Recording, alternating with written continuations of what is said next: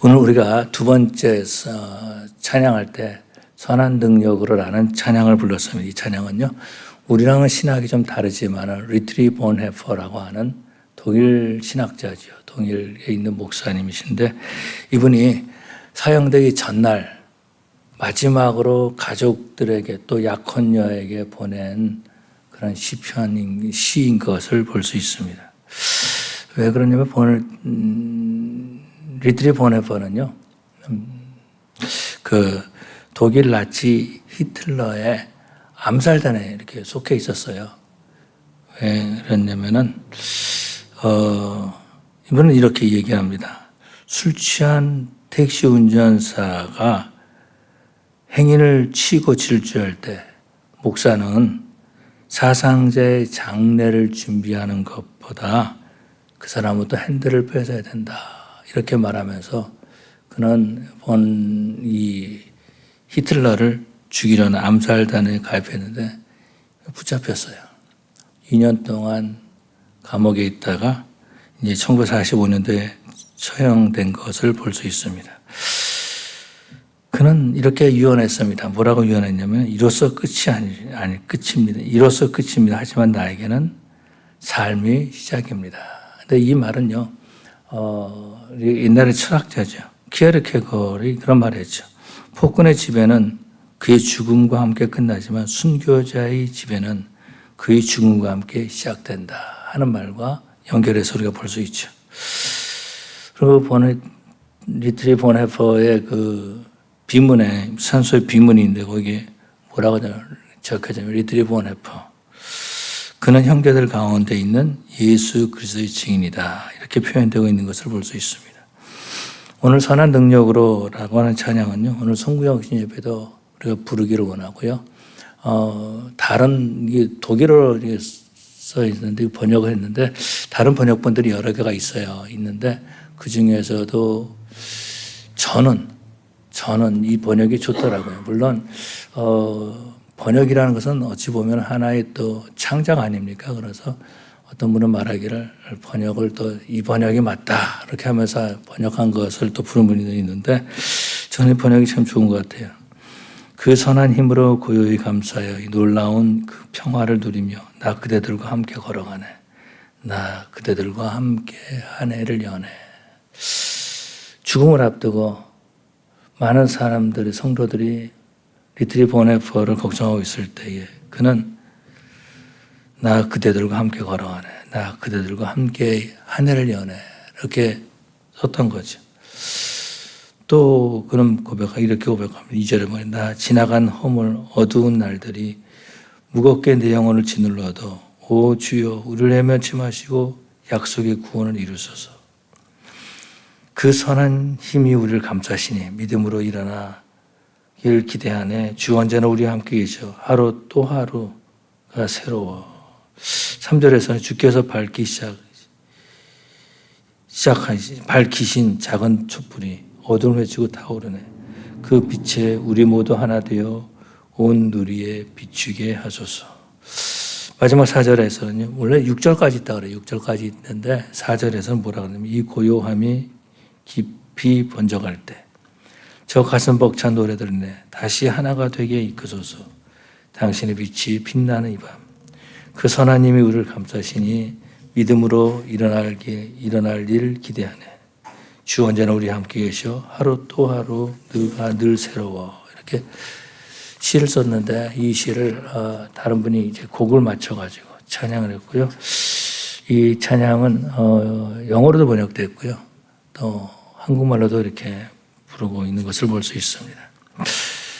이 찬양을 이제 우리가 한 해를 보내고 또 한 해를 맞이하면서 송구영신 예배도 이 찬양을 부르기를 원합니다. 그래서 우리 성도들이 좀 가까이 하는 찬양이 되기를 원하고 있습니다. 오늘은요, 말씀을 전할 때 여호와께 감사라는 제목으로 함께 은혜를 나누기를 원합니다. 어떤 사람이 있었습니다. 이 사람은요, 이민 와가지고 나름대로 열심히 일했는데 LA 폭동으로 말미암아서 경제적인 어려움에 봉착했습니다.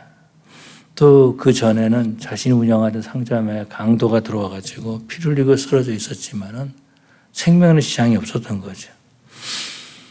이제 나이가 들어가지고 점점 힘이 없어지고 여기저기 몸에 이상이 오고 있다라는 것입니다. 젊었을 때는 건강하여서 병원에 가는 일이 거의 없었지만은 요즘은 병원에 가는 일이 자주 있게 됐다라는 거죠. 그렇지만 이민 생활하면서 하나님을 만난 것이 큰 기쁨이 감사한 일이죠. 그런데 자신을 돌아보면서 하는 말은 나는 모아는 돈이 없다. 이렇게 말하는 것입니다. 이민자들은 미국에 살면서 물질적인 두려움이 있죠. 저는 그 사람 얘기를 들으면서 그것이 대부분의 이민자의 모습이 아닐까라는 생각을 갖게 됐습니다. 그러면서 우리 성도들을 생각하게 됐죠. 우리 성도들 보면 이민 오신 지 오래됐죠. 최소한 15년 이상, 20년 가까이 되신 걸로 알고 있습니다. yani 그 이상 이민 온 지 오래됐죠. 그런데 여전히 물질적인 두려움에 붙들려 있지는 않은가. 그러면서 내 자신을 뒤돌아보면서 열심히 살았는데 뭐가 잘못됐을까? 어디서부터 잘못됐을까? 하는 생각을 갖게 된다라는 것입니다. 저와 여러분들은 2025년도 마지막 주일 하나님 앞에 나와 예배를 드리고 있습니다. 2025년도 지나간 세월 동안 우리는 어떻게 살았습니까? 또 나는 사람들과 관계에서 또 내 주변에서 일어나는 일들을 통해서 어떤 반응을 하면서 지내왔는가 하는 것을 생각해 보기를 원합니다. 시편 107편을 우리가 읽었는데 1절 3절까지 읽었는데 시편 107편은요. 시편을 5부분으로 나눠가 제5권의 첫 번째 부분에 해당하는 그런 시입니다. 그런데 이 시가 누가 썼는지 정확하게 모른다는 말은 어느 배경인지 잘 알지 못한다라는 것입니다. 그렇지만 대부분의 많은 학자들은요. 이 시편은 바벨론 포로 생활에서 돌아와서 쓴 시다 이렇게 말합니다. 언어학자 중에 한 사람이 달리치는 이런 얘기를 하고 있습니다. 시편에 있는 5권의 책과 모세오경과 비교해 가지면서 시편 107편부터 150편까지를 신명기적으로 해석하고 있는 그런 모습들을 볼 수 있죠. 또 어떤 사람들은요, 이 시편 107편을 청교도의 시이다 이렇게 표현하고 있습니다. 왜냐하면은 미국에 처음 정착했던 청교도들이 프리머스에 정착하지 않았습니까? 그때에 그 지역의 행정관으로 있었던 브래드포드라는 분이 이제 그 스피치를 할 때에 시편 107편 인용한 거죠. 그래서 청교도의 시다 이렇게 표현하고 있습니다. 오늘 시편이 이렇게 말을 시작하고 있습니다. 여호와께 감사하라. 그는 선하시며 그 인자함은 영원하시도다. 우리는 2025년도 마지막 주일을 맞이해서 우리 아버지 앞에 예배하면서 어떤 마음을 가지고 있습니까? 정말 나는 2025년도를 돌아보면서 하나님 앞에 감사하고 있습니까? 아니면은 누군가를 비난하면서 괴로움에 붙들려 가지고 살고 있지는 않는가? 분명한 것은 어떤 것이면 우리에게 일어난 사건은 우리가 선택할 수 없죠. 그렇지만 그 반응은 100% 우리의 선택에 달려있다라는 것입니다. 우리가 어떤 말을 듣는가 보다도 그 말을 듣고 어떤 반응을 하는가라는 것이 굉장히 중요하죠. 아브라함 링컨이 이제 선거 유세 때 상대 후보가 그랬다는 거예요. 저 링컨은 2개의 얼굴을 가진 사람입니다. 그렇게 하면서 비난했다라는 거예요. 그 다음에 아브라함 링컨이 나와서 연설하는데 내가 2 얼굴을 가지고 유세를 한다면 지금 이 얼굴을 가지고 나왔겠습니까? 라고 말했다라는 거예요. 아브라함 얼굴을 전 직접 보지 못했지만은요. 페니를 보면은 그 아브라함의 얼굴을 볼 수 있어요. 한 번은 제가 이제 그 중부에 있는 어떤 동굴 갔는데 갑자기 불을 딱 끄면서 그러면서 그 플래시라이트로 비춰주는 것은 아브라함 링컨의 옆모습이다라는 거예요. 근데 그 동굴에 있는 바위가 있는데 아브라함 링컨의 옆모습이라는데 정말 그런 것 같이 보였습니다. 잘 생기지 못했다는 거죠. 미국 사람 중에서도 잘 생기지 못한 사람이 바로 아브라함 링컨인데 그는 말하기를 내가 2 얼굴을 가졌으면 이 얼굴로 내가 유세에 나왔겠습니까? 이렇게 말했다라는 거예요. 안타까운 것은 어떤 것이면 그리스도인들 가운데에서도 지나온 삶을 돌이켜보면서 감사하기보다는 불평할 있는 모습들을 많이 보게 된다라는 거죠. 다시 말해서 감사보다는 불평을 선택한다라는 것입니다. 근데 불평하는 걸 보면은요, 내가 나 자신을 어떻게 보는가에 따라 달라진다라는 거죠. 어떤 여자분이 계신데 이분이 사람들에게 무시당하고 있었던 것 같아요. 이분이 서울대학교 사학과를 나왔는데 특별히 자기 교인 가운데에서 한 사람을 무시하는데 이 사람이 고려대 법대를 나왔다는 거야. 그러면서 이 여자가 하는 말은 그래도 나 서울대 나온 사람이야. 항상 그렇게 말했다라는 것입니다. 시편 기자는 무엇 때문에 감사하고 있습니까? 오늘 보면 2절에 보니까 속량이라는 말이 나오는 것을 볼 수 있어요. 여호와의 속량을 받은 자들은 이같이 말할지어다. 여호와께서 대적의 손에서 그들을 속량하사 동서남북 각 지방에서부터 모으셨도다. 속량이란 말은 redeem, 구속이라는 말입니다. 구속, redeem. 다시 샀다라고 하는 말이죠. 다시 샀다라는 말이죠. 예수님께서 내 죄를 위해서 내 죄값을 그 피를 흘리시고 죄값을 지불하셔서 나를 샀다라는 것입니다. 이것이 바로 속량, 이것이 바로 리딤, 구속이라는 말이죠. 그런데 예수 믿는 사람들 중에서도 예수님이 나를 구속하신 일에 대해서 억울하게 느끼는 사람들이 있는 것 같아요. 불평과 불만을 하면서 살아가고 있다는 것입니다. 그런데요, 하나님께서 나를 구속하셨다. 예수님이 나를 위해서 십자가에 죽으셨다는 것에 대해서 감사할 뿐 아니라 감격하는 사람들을 보면은요, 그 주변에 있는 사람들까지 감동을 주는 그런 사람들이 된 것을 볼 수 있습니다. 안타까운 것은 어떤 것이냐면은 분명히 구원받았음에도 불구하고 이것을 구원을요, 억울한 일처럼 반응한다라는 것입니다. 내가 오늘 교회 나와서 예배드리는 것에 있어서 상당히 억울하게 느낀 사람 같이 보인다라는 거죠. 어떻게 할 수 있습니까? 그 입술을 통해서 말하는 거예요. 나는 억울합니다. 그러면서 비난하고 비방한다라는 것입니다. 그런데요, 그런 사람들은 일단 자기 배우자에게 인정받지 못하고 자기 자녀들에게 인정받지 못할 뿐만 아니라 이 사회에서 인정받지 못하고요, 교회에서도 인정받지 못한다라는 것입니다. 그래서 우리 하나님은요, 우리를 구원해 주시고, 다시 말해서 우리를 구속해 주시고, 우리를 속량해 주시고, 감사하는 사람이 되기를 원하고 계시는 줄로 믿습니다. 구원에 감사하고 감격하고, 다른 사람에게 영향을 끼치는 그런 사람이 되기를 원하고 계신다라는 거예요. 그런데 구원받은 하나님의 자녀가 감사하기보다는 불평하고, 기쁨보다는 절망이나 냉소로 충만해 있다면 어떻겠습니까? 그런 사람들은 긍정적이보다는 모든 면에서 부정적인 것을 볼 수 있죠. 이런 모습들을 볼 때 우리 주님께서 어떤 마음을 가지시겠습니까? 그러니까 12월 달 들어가지고 재직혈하고 공동회를 했는데요. 그 공동회를 하는데 그대로 받기로 동의합니다. 계속 한 사람만 얘기하시는 거예요. 또 제청합니다. 또 얘기하는데 왜 그럴까라는 생각을 가졌습니다.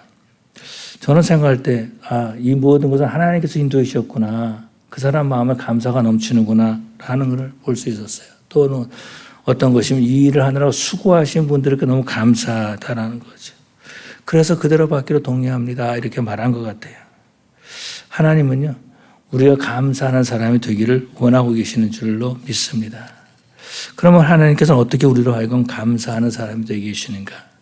대적의 손에서 구원해 주신다라는 거예요. 대적의 손에서 구원해 주신다라는 것입니다. 지나온 시간을 보면은요, 우리를 하나님께서 구원해 주시고 우리의 기도를 들어주신 거죠. 또 우리를 좋은 길로 인도하기 위해서 부르짖게 하셨다라는 것입니다. 그래서 보면은요, 우리 성도들 가운데 새로운 거처를 이룬 가정도 있고, 또 자녀를 위해서 기도했는데 자녀가 결혼해서 또 가족을 맞이하는 그런 가정도 있는 거고, 또 직장을 위해서 기도했는데 직장을 조금이라도 가까운 곳에 있기를 원했는데 가까이 있게 해주셨다라는 거예요. 하나님께서 기도를 쌓게 해주시고 그 기도를 응답해 주신 거죠. 그래서 시편 기자는 말하기를 하나님의 선하심과 인자하심을 경험하고 선포하고 있는 거죠. 그는 선하시며 그 인자하심이 영원함이로다. 이렇게 선포하고 있다라는 것입니다. 어떤 사람이요, 병원에 가서 이제 피검사를 했는데, 피검사 한 다음에 그냥 끝나면 되는데 의사가 꼭 오라 그러잖아요. 가서 갔더니 의사가 하는 말이 선생님 당이 상당히 높아졌습니다. 그러면서 이 약을 이제 드셔야 됩니다. 그랬더니요, 이 사람이 감사합니다라고 했다라는 거. 감사합니다. 아니, 그래서 의사가 생각했다라는 거예요. 아니, 당인데 뭐가 감사하냐고. 당신 당뇨라고 지금. 그 같이 이제 당뇨가 더 높으면 죽는다고. 어떻게 할 거냐고. 근데 뭐가 감사하냐. 그렇게 말한 거예요. 근데 이 사람이 뭐라 그러냐면요. 옛날에는 당뇨로 죽은 사람이 많이 있었습니다. 그런데 내가 당뇨인 것을 알게 됐으니 얼마나 감사한 일입니까? 전에는요. 왕도, 한 나라의 왕도 당뇨 때문에 죽었다라는 거예요. 그런 사람들을 보면은, 그런데 자신이 당뇨인지를 미리 알게 됐고, 또 이거 얼마나 감사하냐면은, 그 전에 당뇨에 대한 약이 다 개발되었고, 다른 사람 다 테스트했다라는 거예요. 그러니까 내가 그 약을 먹으면 될 거 아닙니까? 얼마나 감사합니까? 그렇게 했다라는 거예요. 선하신 하나님은 내 병을 알게 해주시고 약을 미리 준비해서 먹게 해주신 거죠. 우리가 기억할 것은요, 감사가 선택이지만은 불평과 원망도 선택이라는 것을 꼭 기억해야 된다라는 거죠. 감사를 선택한 사람은 하나님께 영광을 돌리지만은 불평, 원망을 선택한 사람은요, 하나님께 영광을 돌리지 못할 뿐만 아니라 오히려 영광을 가리우는 일을 한다라는 것입니다. 예수님께서 이 땅에 사역할 때 수많은 병자들을 고쳐주셨죠. 그런데 고침을 받은 사람들은요, 정말 감사했다라는 거예요. 하나님께 영광을 돌렸다라는 거예요. 그런데 종교 지도자들은 또 구경꾼들은요, 예수님을 비난했던 것을 볼 수 있습니다. 마태복음 12장에서 보니까 귀신 들려서 말 못하고 눈으로 보지 못한 어떤 사람이 있었습니다. 그 사람이 예수님을 만나서 고침받았어요. 그때 사람들은요, 저 사람이 다윗의 자손이 아니냐 이렇게 말했다라는 것입니다. 이 말은요, 무슨 말이냐, 이렇게 놀라운 사역을 하시는 것은 하나님의 사역인데 어떻게 저 사람이 하느냐라는 거죠. 이것은 하나님이 약속하신 메시아의 사역이다라는 것입니다. 메시아만이 할 수 있는 거죠. 그런데 저 사람이 다윗의 자손이 아니냐라고 말하는 것은 저분이 바로 메시아가 아니냐. 그런데 바리새인들은 뭐라 그럽니까? 귀신의 왕 바알세복을 힘입어서 귀신을 쫓아낸다 이렇게 말하면 있었다라는 거죠. 자신의 눈앞에서 하나님께서 하시는 사역을 거절하고 있었다라는 거예요. 이 바리새인들은요, 하나님께 영광을 돌리기보다는 오히려 비난을 선택했던 그런 모습들을 볼 수 있습니다.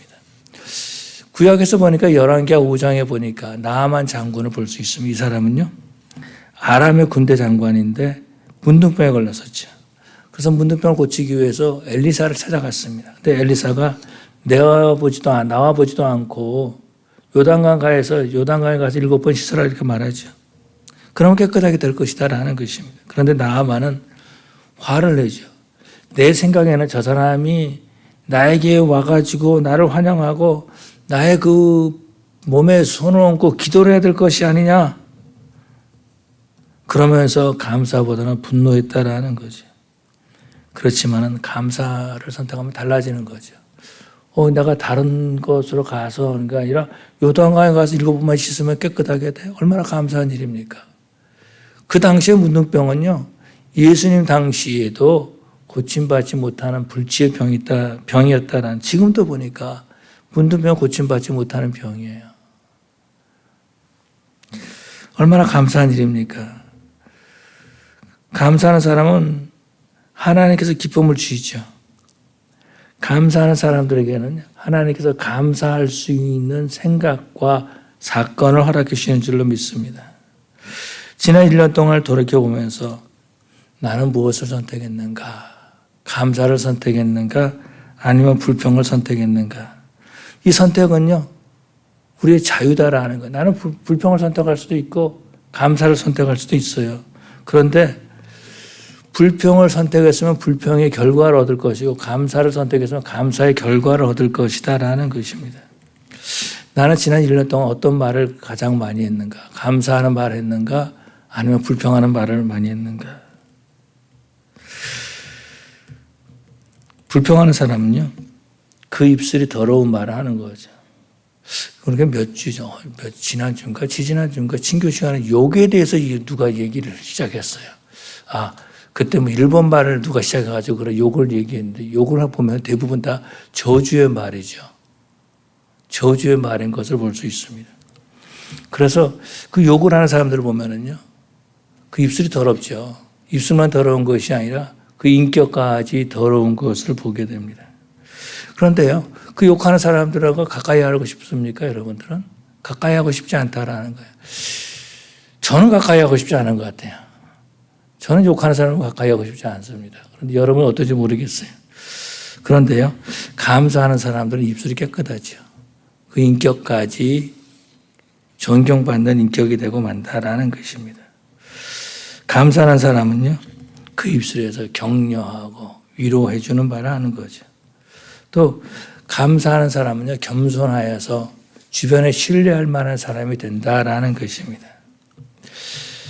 그렇기 때문에 우리는요, 나 자신을 보면서 감사하는 사람이 되어야 될 줄로 믿습니다. 나 자신을 보면서 감사하는 사람이 되어야 된다라는 거예요. 여호와의 속량을 받은 자들은, 다시 말해서 구속함을 받은 자들을 말해주고 구원을 받은 자들을 말해주고 있습니다. 예수 그리스도를 믿음으로 영접한 사람들을 말하고 있는 거죠. 다른 사람들은 몰라도 구원 얻은 사람들은 감사하라는 거예요. 여호와께 감사하라. 그는 선하시며 그의 인자하심이 영원하미로다. 여호와의 속량을 받은 자들은 이같이 말할지어다. 여호와께서 대적의 손에서 그들을 속량하사 동서남북 지방에서부터 모으셨도다. 구원 얻은 사람은 감사하는 삶을 살아야 된다라는 것입니다. 왜 그래요? 구원은요, 우리 능력으로 이룰 수 있는 일이 아니기 때문에 그런 거죠. 우리가 돈이나 권력이나 명예를 가지고 구원을 이룰 수 있는 것이 아니다라는 것입니다. 신학교를 다니고 목사 안수를 받았다 그래서 그 사람이 구원 얻었다 이렇게 말할 수 없다라는 거예요. 예수를 믿음으로 예수님이 나라를 위해서 십자가를 지시고 피 흘리시고 죄값을 내 대신 지불하신 것을 믿는 하나님의 백성들은요, 감사하는 삶을 살아야 된다라는 거예요. 왜냐하면 이 구원은요, 내 스스로, 내 힘으로, 내 능력으로, 내 지식으로 얻을 수 있는 것이 아니기 때문에 그런 거죠. 내가 아무리 착하게 살아도 사람들이 저 친구 참 착해 이런 말을 듣는다 할지라도 그 착한 것이 나의 원죄를 용서해 줄 수 없다라는 것입니다. 다시 말해서 내 힘으로, 나 스스로, 나 자신을 구원할 수 없다라는 거예요. 심지어 내가 이 땅에 살면서 나에게 이루어진 일들을 내가 조종할 수 없다라는 것입니다. 이것을 아는 사람은 뭐냐? 자신의 무능을 경험한 사람이죠. 자신의 무능을 아는 사람. 이 사람은 감사하게 된다라는 것입니다. 하나님은 우리의 연약함을 아시고 우리의 힘으로 스스로 구원할 것을 얻을 수 없기 때문에 하나님께서 메시아를 약속해 주셨죠. 그리고 그 아들을 십자가에 죽게 하셨다라는 것입니다. 그래서 죄값을 지불하게 하셨다라는 거죠. 어떤 분이 이렇게 말하는 것을 들었으면 우리의 구원은요, 이중적인 구원이다라는 거예요. 이중적인 구원이 뭘까? 그랬더니 이분이 하시는 말씀이 뭐라고 그러냐면, 원래 우리는 하나님의 자녀였었는데 마귀의 유혹에 빠져가지고 세상의 노예가 되었다라는 거예요. 그런데 예수님께서 나를 위해서 값을 지불하셔서 다시 우리가 하나님의 자녀가 되었기 때문에 우리는 이중적으로 구원 얻은 것이다. 우리는 이중적으로 하나님의 자녀가 되었다라고 말하고 있다라는 것입니다. 저는 이분의 말을 듣고요, 그런 생각을 가져봤습니다. 집에 이렇게 도어락이 있지 않아요? 하나가 있는 사람이 있고 두 개가 있는 사람이 있어요. 대부분 하나입니까? 두 개입니까? 모르지만은 하여튼 두 개가 있으면 더 안전하겠죠. 하나가 있으면은 열고 나갈 수가 있다라는 거예요. 전에는 내가 죄성이 있어가지고 내가 스스로 아버지 품에서 떠났지만은 예수님께서 나를 위해서 죽으시고 죄값 지불하시고 다시 우리를 구원해 주셔서 도굴락 하나 더 만들어 주신 거예요. 못 나가게 해 주셨다라는 것입니다. 그렇기 때문에 우리는 하나님 앞에 감사하는 것은 당연한 거죠. 우리가 하나님 앞에 감사하는 것은 당연한 일이다라는 것입니다. 그렇기 때문에 저와 여러분들은요, 감사하는 신앙생활을 해야 될 줄로 믿습니다. 최소한 뉴 크리에이션 교회 성도라면은 감사하는 그러한 성도들이 되시기를 원합니다. 지난 1년 동안 어떤 성도들은 아들을 결혼시키고요, 어떤 성도들은 직장을 갖게 하고, 어떤 성도들은 날마다 자녀를 위해서 기도하는 성도들도 있습니다. 한 2주 전인가요? 어떤 친구들을 만났는데 그 친구 가운데 한 사람이 그렇게 말하는 겁니다. 뭐라 그러냐면요, 지난 1년 동안 감사할 일 있으면 한번 말해보라는, 간증하라는 것입니다.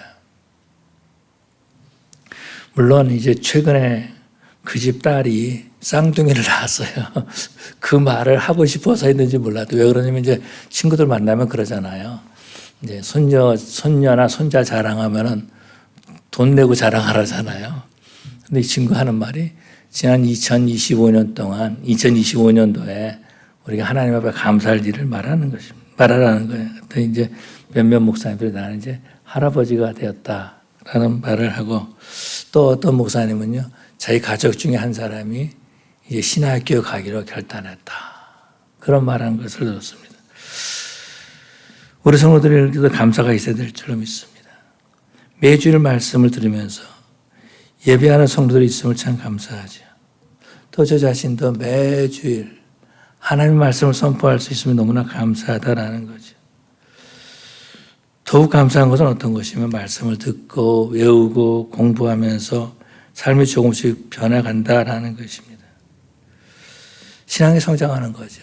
이런 것들을요, 다른 사람들이 보고도 깨닫는다라는, 그 정도로 변한다라는 것이에요. 그래서 몇 주 전에 어떤 분이 저분은 많이 변했어요. 가정에서도 잘한대요, 집에서도 잘한대요 하는 말을 들었습니다. 믿는 척 하는 것이 아니라 조금씩 성장해 나가는 거죠. 변화되어 간다라는 것입니다. 주변에 예수의 향기가 되기 위해서 노력한다라는 거죠. 자신의 약함을 아는 사람은요, 하나님 앞에 엎드려 기도하죠.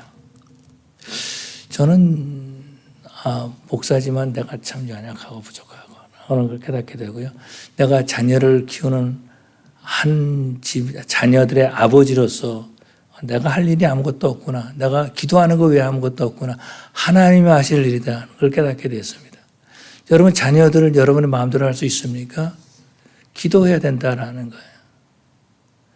하나님께서 여러분의 자녀들에게 형통한 길을 열어주실 줄로 믿습니다. 그렇지만 여러분의 입술을 가지고 자녀들의 형통한 길을 막을 수도 있다라는 거예요. 불평과 불만하게 되면요, 자녀들이 형통한 길을 막게 된다라는 것입니다. 우리 하나님은요, 불평과 불만이 가득한 사람을 사용하시는 것이 아니라 감사하는 사람을 통하여서 하나님의 교회에 쓰임받게 하시는 줄로 믿습니다. 하나님께서는요, 감사하는 성도들을 사용하기를 원하세요. 쓰기를 원하신다라는 것입니다. 그런 사람들을 보면, 가정에서도 감사하는 사람들을 보면 가정에서도 자녀들에게 존경받는 부모가 되죠. 또 감사하는 사람들은요, 배우자에게도 존경받고 또 이웃에게도 존경받는다라는 것입니다. 그뿐만이 아니고 교회에서도 존경받는 사람이 되는 거죠. 그런 사람, 감사하는 사람들 주변에 보면은요, 사람들이 많이 모여요. 그런데 불평하는 사람들을 보면은 사람 자꾸 떠난다라는 것입니다. 그 사람 같이 있어도 말을 듣지 않는다라는 거예요. 그렇기 때문에 저와 여러분들은요, 감사하는 사람이 되어야 될 줄로 믿습니다. 뿐만 아니라 우리는요, 지난 일을 돌아보면서 하나님 앞에 감사해야 될 줄로 믿습니다. 우리 하나님께서는 지난 1년 동안 우리의 필요를 공급해 주시고 채워주셨습니다. 하나님께서는 우리 교회를 하여금 기도하게 하시고 우리의 기도를 응답해 주셨다라는 거예요. 참 제가 이제 목사지만 이렇게 걱정하는 부분이 하나 있는데, 그것은 뭐냐면, 두려워하는 부분이 하나 있었으면 뭐였냐면은, 목사님 제가 몸이 아픈데 나를 위해서 기도해 주세요라는 거예요. 그럼 목사 참여 기도 안 해줄 수 없잖아요. 그럼 기도해 줍니다. 그런데 얼마 있다가 그분이 목사님 기도해서 낫습니다 할 때 참 감사해요. 만약에 목사님 기도했는데 더 아파요 라고 한다면 어떻겠어요? 이제 제가 이제 그 카이로프락터가 아니고 뭐라 하나 운동하는 데 있죠. 리해빙 같은데 요즘 이제 팔이 아파가지고 가는데 운동에 더 아파요. 하려는데 못 하겠어요. 너무 아파가지고. 근데 만약에 기도했는데 더 아파요, 목사님 더 아파요. 그런데 뭐 어떻겠어요? 그런데 감사한 것은 목사님 기도하다면 나았어요. 하나님께서 기도를 들어주시고 응답해 주신 거죠. 지나온 일들을 시편 기자는 대적의 손에서 구해 주셨음을 감사하고 있다라는 것입니다. 만약에 이 시편이 바벨론 포로에서 돌아와서 쓴 시라면은 바벨론의 강력한 힘으로부터 지켜주시고 보호해 주심을 감사할 것이다라는 거예요. 만약에 이 시편이 애굽에서 출애굽한 다음에 쓴 시라면은 애굽으로부터 구원해 준 것에 대해서 감사하는 거죠. 또 보니까 아사왕 때입니까?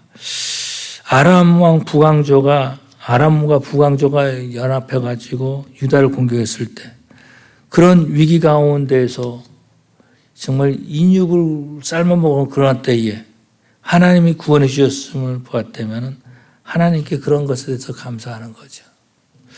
어떤 기자가요, 어떤 사람하고 인터뷰를 했습니다. 인터뷰를 하다 보니까 이분이 이제 80이 좀 넘으신 분이신데 자신이 월남전에 갔다 왔다는 거예요. 월남전에 갔다 왔다라는 겁니다. 그러면서 하는 말이 내가 죽지 않은 것에 감사하지요 라고 말했다라는 것입니다. 왜냐하면요, 자기 부대원 가운데 많은 부대원들이 다쳐가지고 상위군이 됐다라는 거예요. 그러고 난 다음에 이제 모여서 있었는데 누구 어떤 친구가 옆에 이제 부대원이겠죠. 끼어왔다라는 겁니다. 그래서 자기가 자리를 비켜줬대요. 그런데 그 사람이 폭탄에 떨어져서 죽은 거예요. 그 사람이 근데 그 사람이 저기 앉읍시다 앉았는데 자기가 자리를 비켜서 30초도 안 됐다라는 거예요. 그래서 하나님께 너무 감사한 거죠. 그리고 지금 80이 넘을 때까지 살고 있다라는 것입니다. 자신이 죽었어야 되는데, 물론 그 친구가 죽은 것에 대해서 마음 아파하지만은 자신이 죽었어야 되는데 하나님께서 자신을 보여주셨다라는 거예요. 하나님은 우리를 악한 자들로부터 보여주시고 지켜주시는 하나님이신 줄로 믿습니다. 근데 무엇이 문제입니까? 사람들은 자신의 악한 가운데에서도 하나님이 나를 지켜주셨음을 깨닫지 못하는 거예요. 어제 아침에 이제 운전하고 어딜 가는데요. 내 앞에서 누가 자전거 타고 알짱알짱 거리는데 빨리 자리를 비켜주든지 해야지 빵빵거릴까 그러는데 뒤에 있는 어떤 분이 성도인 한 분이 그러지 말라는 거예요. 그러다 총 맞아 죽는다라는 거예요. 그래서 이제 지나간 일이 있습니다. 참고 지나갔다라는. 하나님께서 지켜주심을 깨닫지 못하는 거예요. 제가 어렸을 때, 젊었을 때 그랬거든요. 남미에서 자전거 타고 애들 지나가면 뒤에서 차 타고 계속 빵빵거렸다고요. 그랬더니 자전거 비틀비틀 거리다가 그냥 탁 피쓰러지더라고요. 그것이 생각이 나가지고 뒤에서 빵빵거릴까 그랬더니 미국에서는 총 맞는데요. 이미 나서 문화도 다르고 말도 못하는데 하나님께서 지금까지 먹여주시고 일하게 해주지 않으셨습니까? 또 지붕 있는 곳에 잠자게 해주지 않으셨습니까? 그런데 그 은혜를 모르면서 하나님 난 모아둔 돈이 없어요 하면서 불평하고 있다면은 하나님께서 어떻게 생각하시겠느냐라는 거죠. 참 감사한 것은 뭐냐면 저는 이 부분에 대해서 감사한데요. 죄송한 말이지만은 저는 LA 폭동 때나 또 로스리지 지진 때는 여기 없었어요. 필라델피아에 있었다라는 거죠. 공부한다고 동배가 있었습니다. 만약에 이곳에 있었다면 어떻게 됐을까? 다운타운 가서 막 총질하고 막 싸웠을지 모르겠어요. 지금 죽어가지고 이 자리에 있지도 못할 수도 있다는 것입니다. 그런데 미국에 살면서 우리 성도들을 강도나 도둑으로부터 지켜주신 것에 얼마나 우리가 감사하고 있습니까? 하나님께서 지켜주셨다라는 거죠. 저는 미국 온 지 얼마 안 돼가지고 이제 차를 세워놓고 알바라도 하고 선셋 정도 되는 것 같아요. 그 길을 걸어가는데 이제 지나가면서 어떤 가게를 보니까 가게 안에서 어떤 사람이 밖에다 총을 겨누고 있는 거예요. 모르고 쓱 보면서 지나갔는데 지나가고 나서 보니까 아찔한 거예요. 어이구, 총 쐈으면 내가 죽었을 텐데 그냥 길거리 걸어가서 객사한 거죠. 그럴 뻔했는데 하나님께서 저를 지켜주시고 오늘까지 하나님의 말씀을 전해 주신 것이 너무나 감사한 거죠. 우리는요, 우리가 하는 말을 통해서 사람들이 자꾸 나로부터 멀리 떠나게 하고 있다는 것입니다. 그런데 우리 하나님께서는 그런 저희들을 부르셔서 예배하게 해주시고 성도들과 교제하게 해주셨다는 거죠. 오늘 본문에서 보니까 우리 교회에서 예배할 수 있도록 동서남북에서 다 부르셨다라는 거예요. 하나님께서 교회로 부르셔서 예배하게 하셨다라는 것입니다. 얼마나 감사한 일입니까? 어느 목사님이 그런 얘기를 하는 거예요. 자기 교회는요, 자주 야외배를 간대요. 요즘 야외배 가기 힘든데 왜 이렇게 자주 갑니까? 그랬더니 미국 교회에 빌려서 예배드리는 미국 교회에서 행사가 있으면은 나가야 된다라는 거예요. 그래서 야외배를 간다, 할 수 없이. 또 어떤 분은 말하기를 지금은 이제 이분이 이제 이 사우스페이스 목회하다가 은퇴하셨는데요. 뭐라 그러냐면은 주일날이 되면 걱정이 돼요. 비 올까 봐서. 날씨 항상 보면 비 올까 봐서 바람 불까 봐서 걱정했다라는 거예요. 왜냐면은 예배 처소가 없었던 거죠. 예배 처소가 없어서 매주일 밖에서 나가서 예배 드렸다라는 것입니다. 그런데 우리 하나님 우리에게 예배당도 주시고 마음껏 찬양하게 해주시고 이것을 마음껏 부르짖게 기도하게 하셨다라는 거예요. 그런데 우리가 이것을 예배하지 않고 기도하지 않고 찬양하지 않는다면은 하나님께서 주신 것을 누리지 못하는 거죠. 하나님께서 주신 것을 누리지 못한다면은 우리가 하나님께서 우리에게 어떤 마음을 가지시겠습니까? 정말 저와 여러분들은요, 하나님의 자녀로서 나를 구원해 주신 하나님의 선하시고 인자하심을 찬양하고 하나님 주신 복을 누리고 기쁨이 충만한 저와 여러분 되시기를 간절히 축원합니다. 기도하시겠습니다. 사랑의 아버지 하나님 감사합니다. 주님께서 저희들을 사랑해 주셔서 우리로 하여금 하나님을 예배하게 해주시고 하나님을 바라보게 해주시고 매 순간 하나님과 동행할 수 있도록 인도하심을 감사합니다. 지난 1년 동안도 우리의 필요를 채워주시고 우리의 기도를 응답해 주시고 우리 성도를 지켜주신 은혜를 감사합니다. 아버지 하나님, 항상 감사가 넘치는 우리 교회 성도들 되게 하여 주시옵시고 그 인격마저 아름다운 성도들 되게 하여 주시옵소서. 우리 아버지 하나님, 나 자신을 돌이켜보고 감사할 뿐만 아니라 나에게 이루어진 일들을 보고 하나님께 감사하고 하나님께 영광 돌리는 저희들의 삶이 될 수 있도록 인도하여 주시옵소서. 예수님 이름으로 기도 올리옵나이다. 아멘.